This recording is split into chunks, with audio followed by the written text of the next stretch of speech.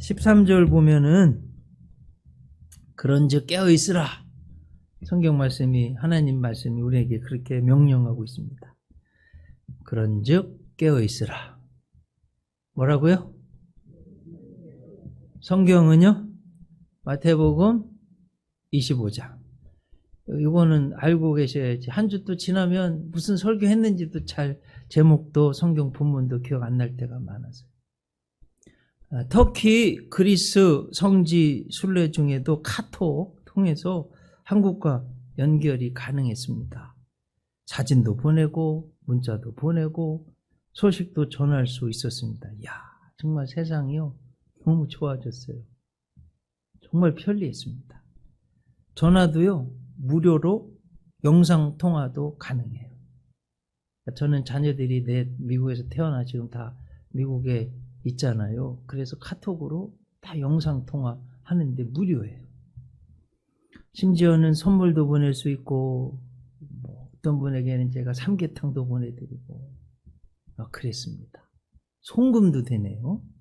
여러분 대한민국 국민 거의 다 쓰다시피 하는 그런 카톡이잖아요. 근데 지난주도 제가 설교 만들고 설교 원문 또 PPT 만들어서 이렇게 관계자에게 이렇게 보내는데 안 되는 거예요. 잘 아시듯이 부지기한 일 때문에 사고가 나가지고 불이 나가지고 먹통이 돼서 너무너무 불편했습니다. 아니 불편한 정도가 아니라 많은 부분에서 업무가 정지되는, 국가가 정지되는 수준이었어요. 어떤 면에서는 안보도 위험했다고 합니다. 자, 이런 걸 겪으면서 아하, 영적으로 큰 깨달음을 하나 얻었어요. 사소한 부주의 하나가 이런 엄청난 결과를 낳는구나. 여러분 믿음의 일도, 천국 가는 일도 항상 깨어서 점검하고 준비해야 하나님의 일, 천국 가는 일이 제대로 작동한다는 거예요. 한번 보세요. 하나님의 백성, 그 나라 이스라엘입니다. 하나님과 겨루 이겼다 이런 거죠. 여러분 이스라엘 많은 왕들이 있었는데 어느 때 가장 번성했어요? 다윗 왕 때. 다윗 왕은요 하나님 정말 제1주의 하나님 중심으로 하나님을 사랑하고 하나님 말씀을 사랑하고 예배를 가장 사랑한 왕, 기도 열심히 하고 찬송을 가장 많이 부르는 왕. 하나님이 그래 다윗의 장막을 회복시키기를 원하신 이유가 거기 있어요. 24시간 찬송이 끊이지 않은 거예요. 헌금도요 성경에서 이스라엘 역사상 가장 많이 헌금한 거예요. 내 보물이 있는 곳에 내 마음도 있다고 하나님이 하셨잖아요. 돈 쓰는 거 보면 그 사람 마음이 어디 있는지 알 수 있는 거예요. 다윗은 하나님이 딱 보시니까 야, 다윗은 나에게 마음이 있구나. 나를 정말 사랑하는구나. 아시고 이스라엘 역사상 가장 복을 주셨어요. 가는 곳마다 이기게 하셨어요. 근데 이게 웬일입니까? 여러분 이스라엘이 망했어요. 잘 아시듯이 우리나라랑 똑같아요. 북, 이스라엘, 남쪽 유다. 우린 북한, 남한 이렇게 대한민국 나눠져 있잖아요. 북이스라엘은 아수르 제국에 의해서 BC 722년에 멸망했습니다. 남쪽 유다는 바벨론의 느부갓네살 왕에 의해서 BC 586년에 멸망당했어요. 하나님께서 그렇게도 사랑하시는 다윗의 후손 남쪽 유다 사랑하셨는데 멸망시키신 이유를요 므낫세 왕 때문에, 그 므낫세 왕의 죄 때문이라고 크게 두 가지로 요약할 수 있는데, 얼마나 못됐는지 이 왕이요 예루살렘 성전 안에다가 아세라 목상을 세워놓은 거예요. 지금으로 말하면 부처상을 갖다 놓은 거하고 똑같아요. 성전 안에다. 이게 말이 됩니까 여러분? 1월 성신에게 절하는 섬기는 제단을 또 쌓아놓고요. 두 번째는 그렇게 우상 숭배를 하고요. 권력을 가지니까 가난한 사람들, 약자들을 너무 폭력을 행사해서 피가 예루살렘에 흥건하다고 했어요. 그래가지고 하나님이 안 되겠다. 더 이상은 사랑의 매를 드셔서 바벨론 느부갓네살 의해서 망하게 됐고요. 마지막 왕은 시들었다 그래서 시디기야 왕. 기억나시죠? 네. 이게 전쟁에 져가지고 도망쳤네요. 잡혀왔는데 그 시디기야 왕의 아들들이 죽는 것을 눈으로 본 뒤에 여러분 부모가 가장 가슴 아픈 일이 자식이 죽는 거 보는 거 아니에요. 그 뒤에 눈을 뽑아버렸어요. 쇠사슬에 매가지고 바벨론의 수도 바빌로니아까지 끌고 갔어요. 거기서 포로로 죽었습니다. 근데 바벨론 제국의 정책이 뭐였냐면 식민지에 우수한 인재들 데려다가 교육시켜서 그 제국의 인재로 쓰는 거예요. 우리 잘 아는 다니엘, 사드락, 메삭, 아벳느고 끌려간 거예요. 포로로. 자, 귀족들도 끌려갔습니다.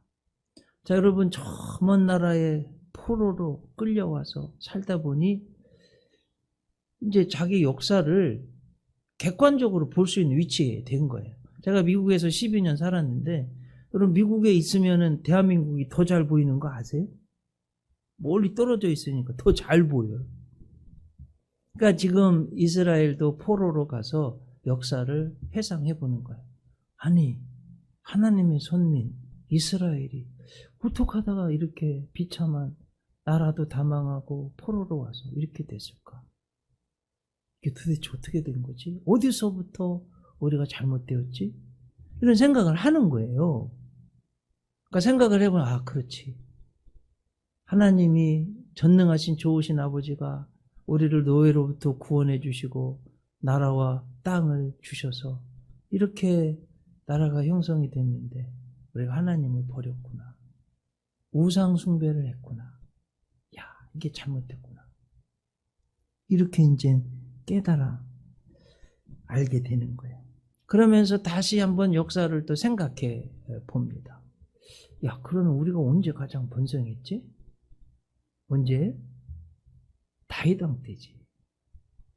다윗 왕이 어떻게 했지? 야, 그래 맞다.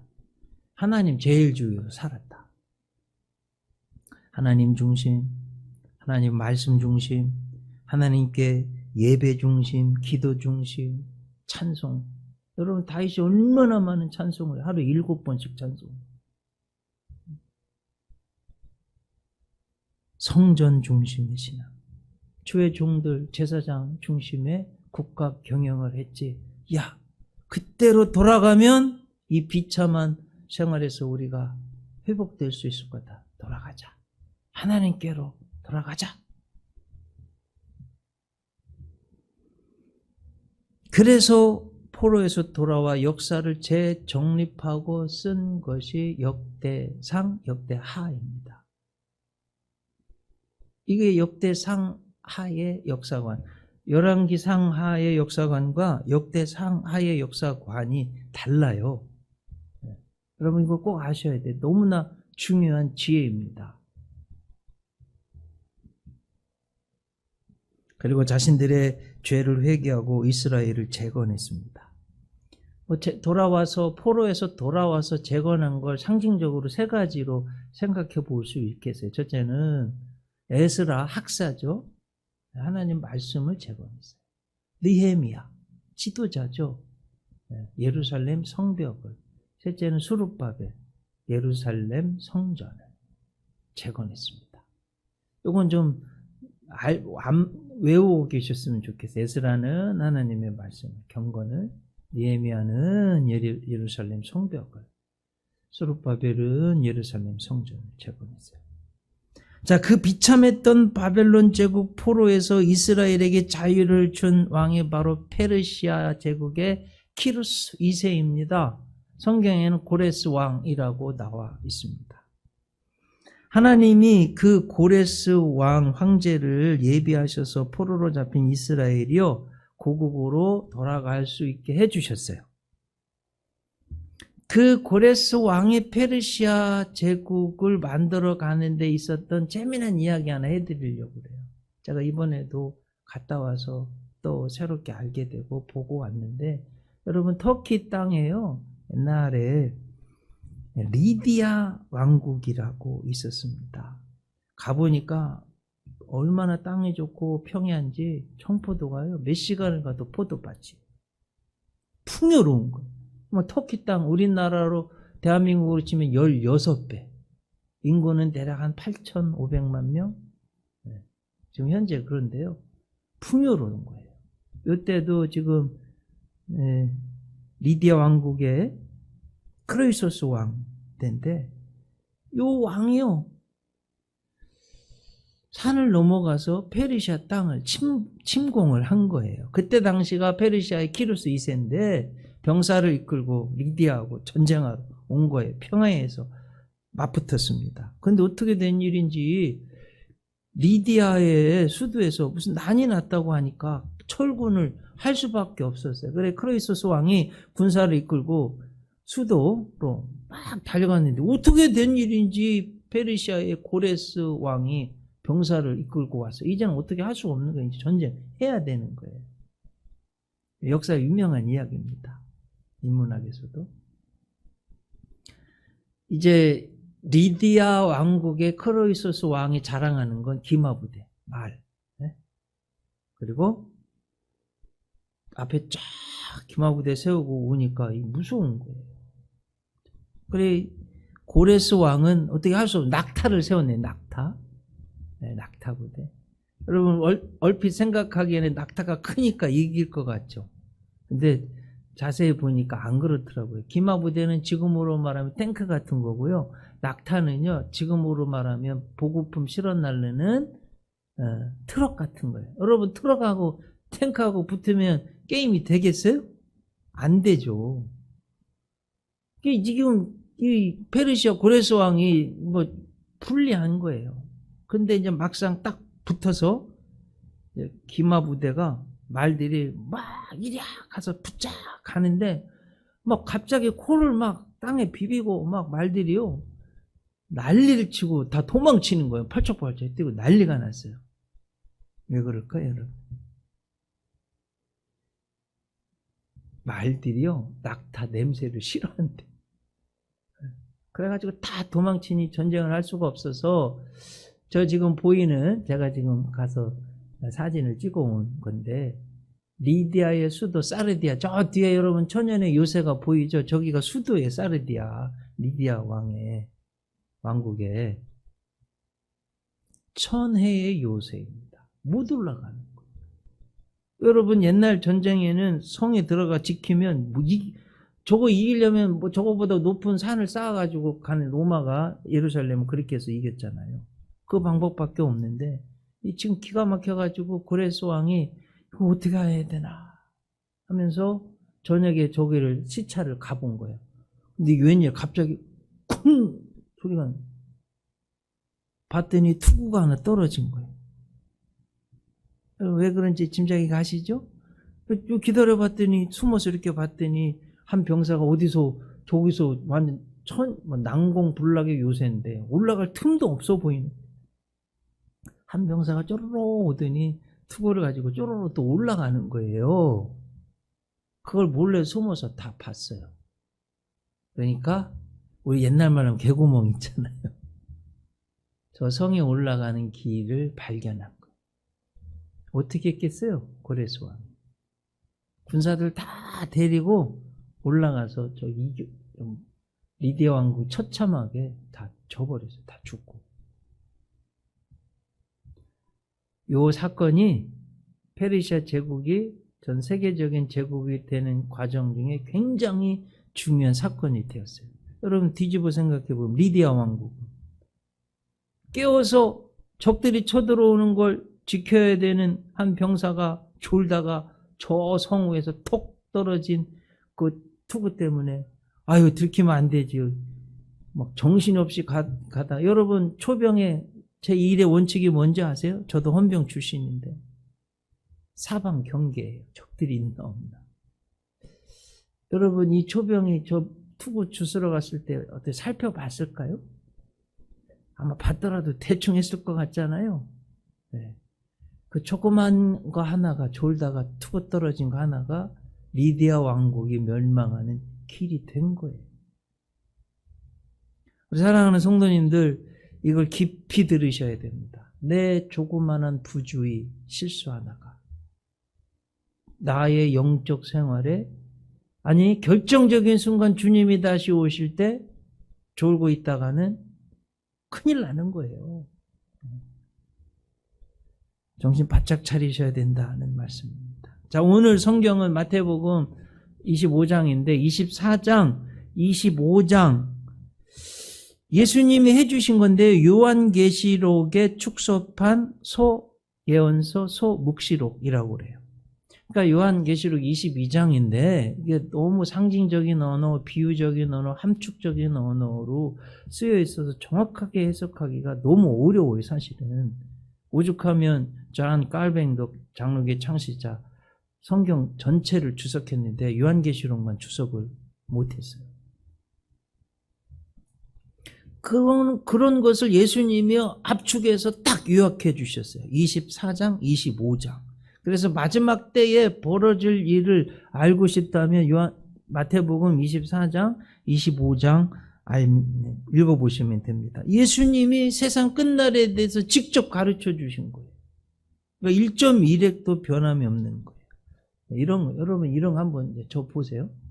인생이요, 시작이 있고 꿈이 있어서 그 과정이 이루어요.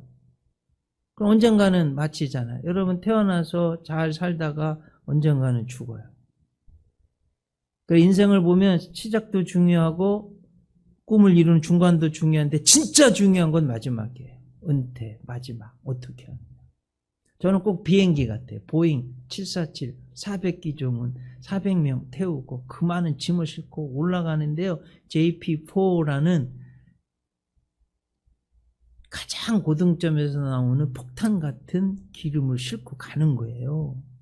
그래요, 여러분 9.11 테러범들이요, 미국 동부에서 서부까지 가는데 8시간 비행해요. 기름이 꽉 차 있어요. 그냥 폭탄이에요. 터지면 1100도 이상 나와서 철이 녹는 정도의 기름을 비행기에 가득 싣고 가는 거예요. 그래서 비행기 타시면 이륙할 때 기도 많이 하셔야 돼요. 저도 기도 많이 했습니다. 이번에 비행기 탈 때. 어쨌든 올라가는데 힘들고 기름 많이 들어요. 인생도 마찬가지예요. 여러분 꿈을 이루려면 노력, 정성, 시간, 투자 이거 해야지 되지 그냥은 안 돼요. 자, 올라가면 비행기가 편서풍 제트스트림 타면 이게 서쪽에서 부는 바람 동쪽으로 가죠. 쉽게 가요. 우리 인생도 그래요. 어떤 꿈을 이루면 그 유지하는 건 좀 쉬운 편이죠. 비행기에 있어 정말 중요한 건 내 목적지에 안착하는 거예요. 자, 우리 신앙에 있어서 정말 중요한 건 뭐냐? 여러분 은퇴할 때 잘하셔야 돼요. 꼭 좋은 평가를 받으셔야 돼요. 아셨죠? 처음도 중요해요. 중간도 중요해요. 마지막은 더 중요해요. 그런 복된 분들 꼭 되시기 바랍니다. 자, 신앙의 종착점 뭐예요? 반드시 천국 가야 돼요. 천국에 들어가야지 그게 성공한 거지, 안착이지. 천국에 못 들어가면 안 된다는 거예요. 오늘 성경의 제일 중요한 핵심은 그런 거예요. 자, 천국에 들어가기 위해서 예수님이 그러므로 그런즉 반드시 깨어 있으라.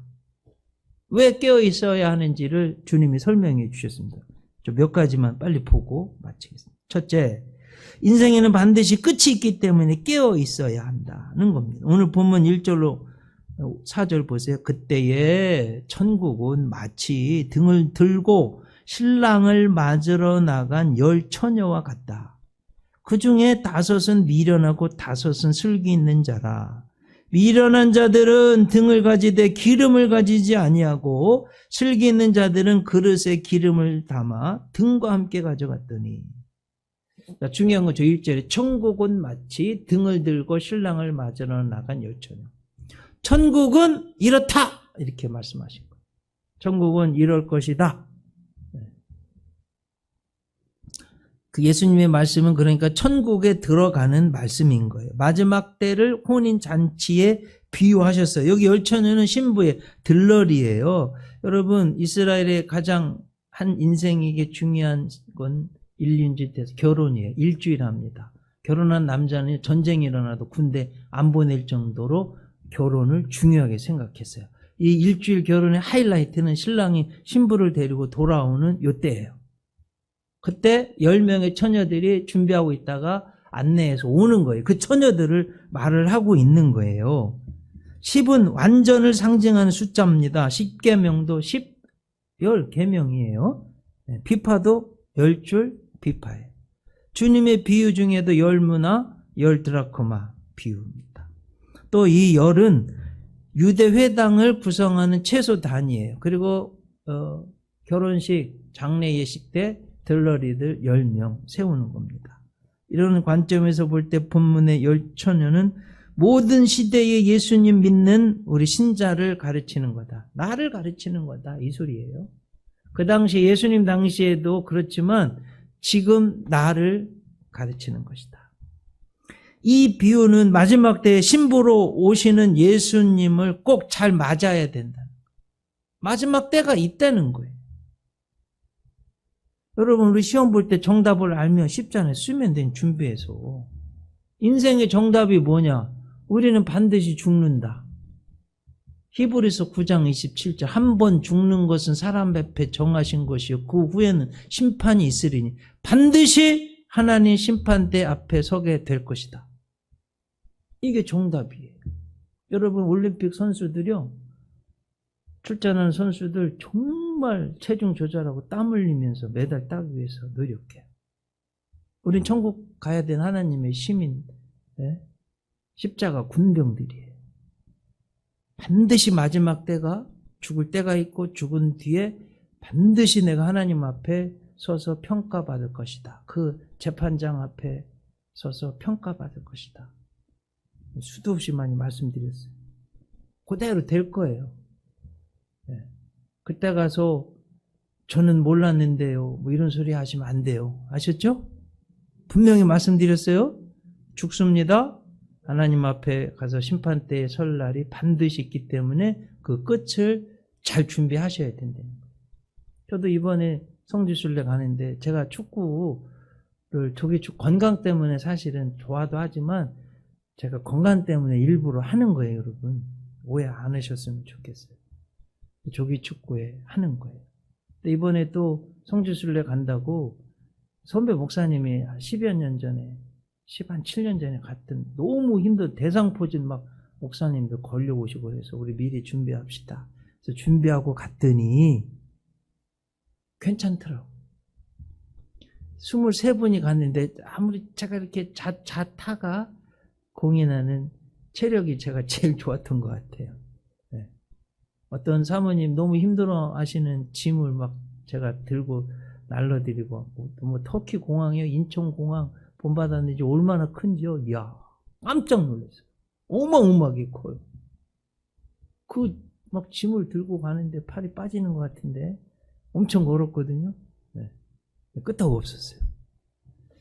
조그마한 예 하나지만 잘 준비했더니 깨워서 결정적인 순간에 잘 써먹더라.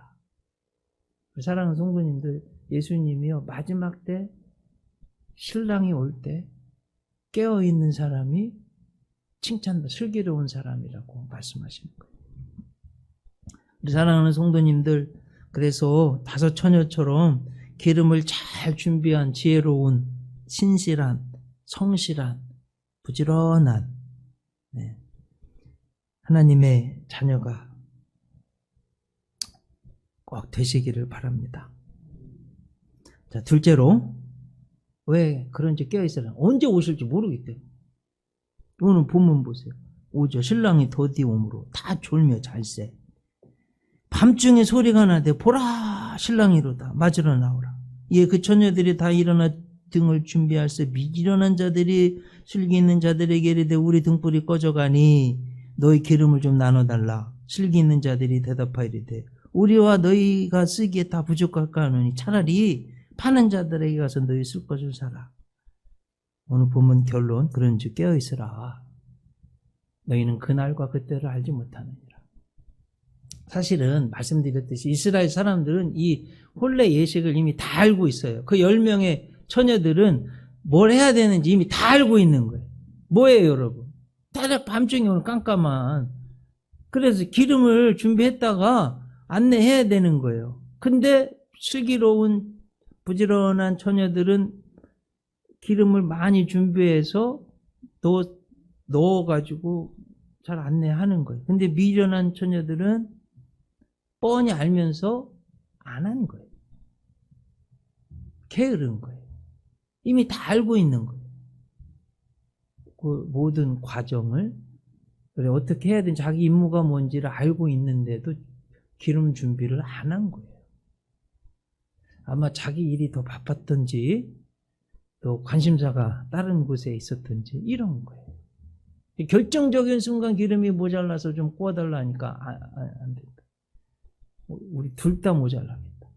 이렇게 된 거예요. 자, 여기서 이제 신앙의 모습, 우리들에게 주시는 말, 이런 기름은 성령의 기름 부음이잖아요. 내적인 충만함, 기쁨, 감사. 이게 충만하면 신앙생활하는 것이 기쁘고 감사하고요. 이 성령의 기름 부음, 내적인 충만이 없으면 형식적이 되고, 누구 부모 때문에, 형편과 상황 때문에, 누구 눈치를 봐서 이렇게 외적으로 안에 기름이 없고 그냥 등만 준비한 것 같은 이런 모습의 신앙생활은 마지막 때에 미련한 것이라는 말씀입니다.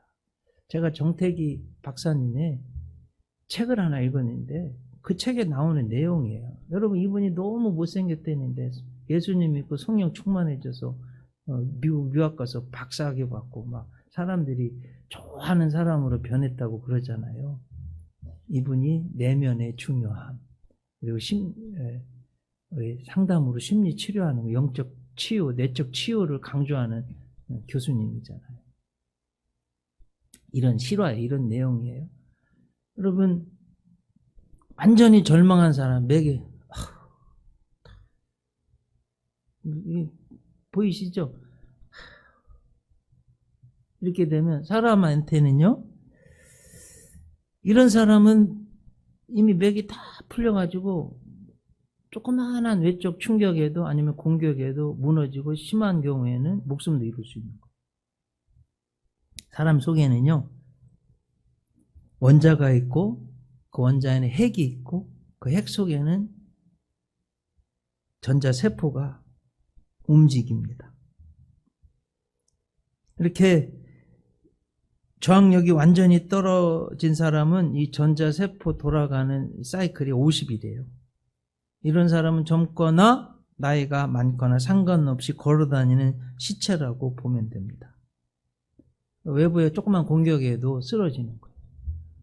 자, 보세요. 이런 사람이 이제 교회에 가요. 교회 가면 하나님은 당신을 사랑하십니다.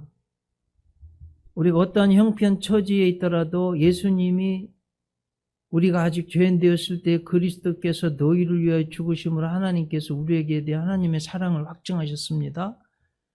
누구든지 그리스도 예수 안에 있는 사랑에는 자기 아들을 아끼지 아니하시고 우리 모든 사람을 위하여 내어주시니까 어찌 그 아들과 함께 우리에게 모든 것을 은사로 주시지 않겠습니까? 창녀라 할지라도 세리 짱 삭개오라 할지라도 하나님은 사랑하시고 구원하십니다. 예수님 믿으면 새로워질 수 있고 하나님 자녀가 될 수 있고 영원한 생명 얻고 천국 갈 수 있습니다. 하나님은 당신을 사랑하십니다. 그런 이 말씀 들으면요, 어떤 죄인도 용서받고 하나님이 복 주신다니까 힘이 나는 거 아니겠어요?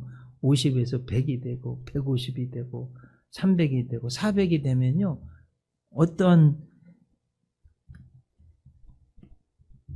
잘 견딜 수 있다는 거예요. 여러분, 이게 말씀의 힘이에요. 하나님의 말씀은 살았고 운동력이 있어 좌우에 나선 어떤 검보다 예리하여 우리의 혼과 영과 및 관조와 골수를 찔러 쪼개기까지 한다는 이유가 여기 있습니다. 어느 여름날 모 대학교 총장님하고 교무처장님이 여름에 회 안 먹어야 되는데 먹었어요. 근데 갑자기 총장님이 돌아가셨어요. 실화예요, 여러분. 난리가 나서 해부해 보니까 너무 센 비브리오균이 들어와서 4시간 만에 죽었어요. 똑같이 회를 먹은 교무처장님 안 죽었어요. 왜 그렇지? 내시경 넣어봤어요. 똑같은 비브리오균이, 강력한 비브리오균이 있는데 오히려 비브리오 균이 죽어 있더래요. 사연은 이렇습니다. 총장님은 나일론 신자, 날라리 신자, 부인 치마 자꾸 1년에 한두 번 교회 오시는 분, 맨날 업무에 시달리고, 제가 모건대학교에 교목으로 4년 있었잖아요. 이런 소리 있더라고요. 대학교 총장을 잘하면 한 나라도 경영할 수 있다. 별 일들이 다 생긴 날 총장님하고 친했는데, 총장님 그런 이야기를, 감신 선배님이셨고 그런 얘기를 저한테 하시더라고요. 어쨌든 이게 업무에 스트레스에 축 처져서 이렇게 있는데 한 50인데 비브리오균이 공격하니까 죽은 거예요. 근데 이 교무처장님은 교회 열심히 새벽 예배, 수요 예배 나가는 정도가 아니라 새벽에는 오히려 본고 차가지고 성도님들, 할머니들 모셔고 다니면 막 찬송 부르고 봉사하고 집에는 가면 예배 드리고 찬송하니까 늘 막 이 전자세포가 확확 돌아가는, 기쁨이 충만하니까 막 700, 800 이렇게 돌아가니까요. 비브리오균이 들었다가 죽는 거예요. 할렐루야! 이런 은혜가 여러분에게 있으시기 바랍니다. 여러분, 이 이야기가요, 기름을 준비한 슬기로운 5 처녀, 성령의 기름이 없는 준비하지 못한 미련한 5 처녀를 가장 잘 대변해 주는 이야기입니다. 그리고 꼭 알아야 될 것은 결정적인 순간 마지막 때 구원의 문제는 남의 것으로 기름 좀 빌려주세요, 이걸로는 안 된다는 거예요. 내가 준비해야 돼요. 내가 예수님 믿고 내가 기도하고 해야지 딴 것 빌려다가는 안 된다는 거예요. 사랑하는 성도 여러분, 슬기로운 부지런한 신실하고 성실한 5 처녀와 같은 분들 되시길 축복합니다. 그래서 주님 오실 때 잘 준비된 사람 오십시오. 걱정 안 해요. 잘 준비된 그런 분들 되시길 바랍니다. 셋째, 천국문은 한번 닫히면 열리지 않기 때문에 깨어 있어야 돼요. 오늘 본문 보세요. 10절. 그들이 살아간 사이에 신랑이 오므로 준비하였던 자들은 함께 혼인잔치. 그 당시에 신랑, 우리 때는 예수님과 함께 혼인잔치 천국에 들어가고 문은 닫힌지라. 11절. 그 후에 남은 처녀들이 와서 이르되 주여 주여. 여러분, 이게 천국의 말씀인지 분명히 알 수 있는 게 그렇죠. 주여 주여가 나오잖아요. 아시겠죠? 네. 주여 주여 우리에게 열어주소서. 대답하이르되 진실로 너희에게 이르니 내가 너희를 알지 못하노라. 여러분, 미련한 5 처녀는요, 하나님 맡겨주신 일을 중요하게 생각 안 해요. 내일이 먼저야. 기름 준비 안 해요. 자전거 타러 가는 게 먼저고, 등산 가는 게 먼저고, 사람 만나는 게 먼저고, 하나님의 일이요, 하나님이 별로 중요하지 않아.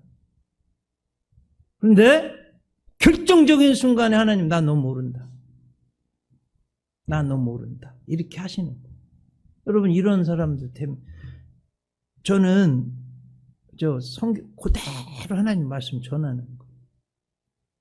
대답하이르되 진실로 너희에게 이르노니 내가 너희를 알지 못하노라. 그럼 어떻게 되겠어, 이 사람은? 지옥 가는 거예요. 여러분, 노아 홍수 때 방주 문이 닫히고 그 물속에 빠져든 얼마나 고통스러워요. 물에 죽을 때. 그 사람들이 문에 안 매달렸을까요? 수도 없이 매달렸을 거예요. 한번 닫힌 문은 안 열려요. 여러분, 부자와 거지 나사로를 비워보면 천국에서 지옥에 물 한 방울도 못 가요. 그냥 닫히면 끝났어요. 그렇기 때문에 우리가 기회 있을 때 정말 정신 바짝 차리고 깨어 있어서 주님 오실 때 딱 맞이하고 천국 들어가야죠. 아멘이시죠? 깨어 있으셔야 돼요. 네. 천국에 들어간 유일한 길, 진리, 생명은 예수님. 예수님 외에는 없는 거예요. 영국의 작가 존 오웬이 한 말입니다. 너무도 중요합니다. 살아있는 몸이 죽은 머리와 함께 할 수 없듯이 하나님은 자신이 구원한 사람이 아니면 결코 천국으로 인도하지 않으신다. 그럼 죽은 살아있는 몸이 죽은 머리 어떻게 같이 있을 수가 없잖아요. 그러니까 예수님 안 믿어서 죽은 사람 5 처녀 미련한 기름 준비하지 않은 이미 죽은 거예요. 들어갈 수 없다는 거예요. 그래서 깨어 있어야 된다. 자, 이제 적용해 봅니다. 여러분 똑같이 예배 드려요. 정말 마음을 다해 정성을 다해서 드리는 분과 받지 못해서 형식적으로 큰 차이가 납니다. 직장생활 하시는 분들 제 얘기 잘 들어보고 제가 자녀들한테 수도 없이 강조해요. 사장 눈에는 휴지가 보이는데 고용의 눈에는 떨어진 휴지가 안 보여요.